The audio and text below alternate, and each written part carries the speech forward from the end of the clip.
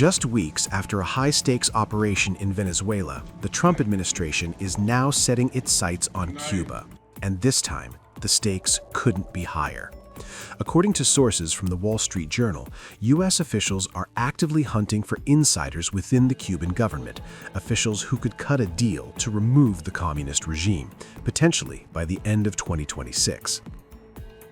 Well, Cuba's in bad shape. Cuba relied on Venezuela for oil and for money, and nobody really knows what's going to happen with Cuba. They're doing very poorly. They're really third world all the way, and we have a lot of great Cuban Americans. And I would say Marco fits very solidly into that category. And I might ask you to say a few words about, we were discussing it before, Cuba is a very different, they don't have energy, they don't have oil, but they would live off of the oil from Venezuela. And what they do have is very strong people and very powerful people militarily, and they would protect the people running Venezuela, and they would take in a lot of money from Venezuela. Now they don't have that. They won't be taking in any money. So, Marco, what do you think?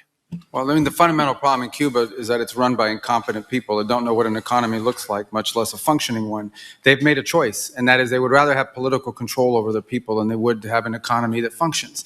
And they've gotten away with it for 60-something years because they've had donors, the Soviet Union, and now most recently Venezuela. But that's now gone.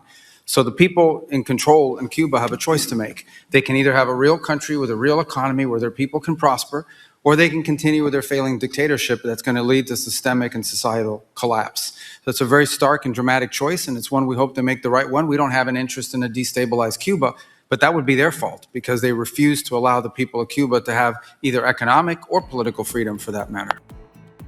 The focus is clear. Trump and his team see Cuba's government as fragile, especially after losing their longtime ally, Venezuela's Nicolas Maduro.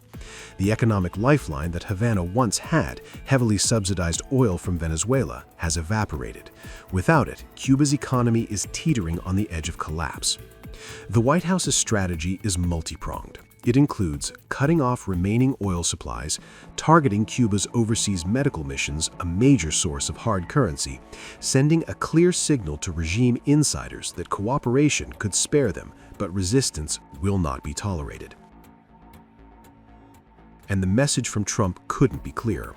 On January 11th, he wrote on Truth Social, in his signature all-caps style, "There will be no more oil or money going to Cuba, zero.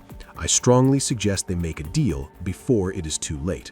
Rubio mentioned Cuba yesterday in his remarks. Does the U.S. have a plan to do something? Well, Cuba always survived because of Venezuela. Now they won't have that money coming in. They won't have the income coming in. You know, a lot of Cubans were killed yesterday. You know that. A lot of Cubans were killed. Do you know how many? The bodyguards. No, they're looking. But there was a lot of death on the other side. No death on our side. Even though no public military action has been announced against Cuba yet, several Trump allies believe the communist regime could face a Venezuela-style shakeup. But experts caution that removing the government could trigger a serious humanitarian crisis. After all, Cuba has resisted U.S. pressure for decades, and insiders willing to cooperate may be few and far between. Let's break down why this is such a big deal. Cuba has depended on Venezuela for oil since 1999 when Chavez took power. That supply kept the Cuban economy afloat. With Maduro ousted and Venezuela's economy destabilized, Havana now faces a supply crunch that could bring the nation to its knees in a matter of weeks if U.S. sanctions and restrictions are fully enforced. The U.S. government is also going after one of Cuba's most important sources of revenue, its overseas medical missions. Visa restrictions are being imposed on Cuban and foreign officials involved in these programs, further tightening economic pressure. And this comes on the heels of the Venezuela operation, a playbook Trump apparently hopes to replicate. Officials see the Maduro mission as both a warning and a template for how to deal with Havana. Despite the looming threats, insiders say Cuba is a much tougher nut to crack.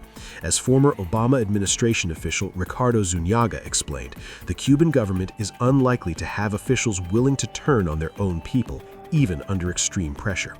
And it's not just Cuba in Trump's crosshairs.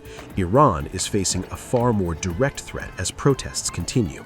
Trump recently warned that if unrest persists, the whole country is going to be blown up. Clearly, 2026 is shaping up to be a year of intense U.S. foreign policy moves in multiple regions. So, here's the million-dollar question.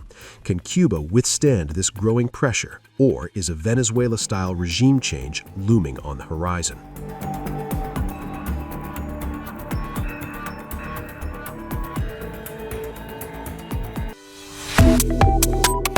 Subscribe to One India and never miss an update.